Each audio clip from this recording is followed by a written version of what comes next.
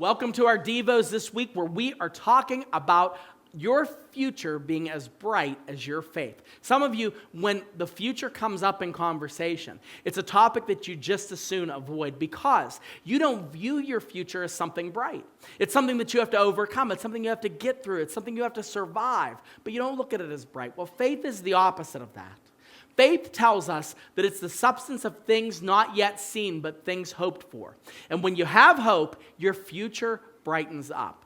If anyone in the history of the Bible needed hope, it was a man by the name of Moses. Moses wasn't always Moses. Moses wasn't always Israel's great deliverer and the people that brought God's people out of bondage. No. Moses starts his story off as somebody who is gearing up to become the prince or the prime minister of Egypt. He makes a big mistake and he murders somebody that's abusing a Hebrew person in cold blood. Because of this, he is put into exile and spends 40 years in the desert.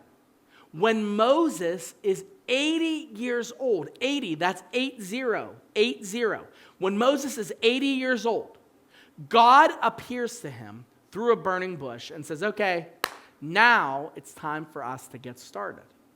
Now, I don't know how old you are, but if God could take a murderer, cold-blooded murderer, somebody who's not had any kind of a position of authority the way that God's going to give him, and he's going to put him in front of the strongest person in the world and say, hey, my people are being delivered today. If God can do that with Moses, what can God do to you?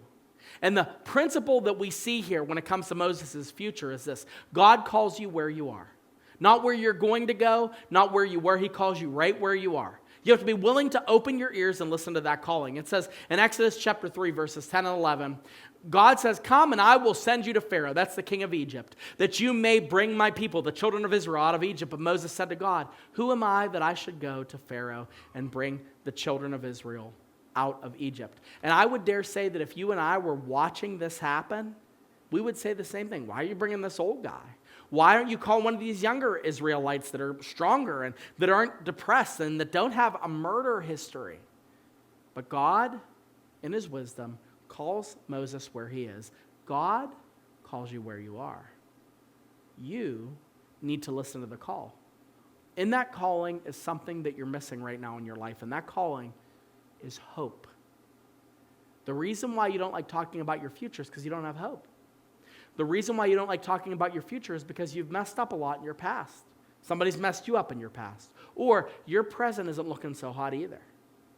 But if you believe that God can call an 80-year-old murderer to start a brand new life, what more could he do with you?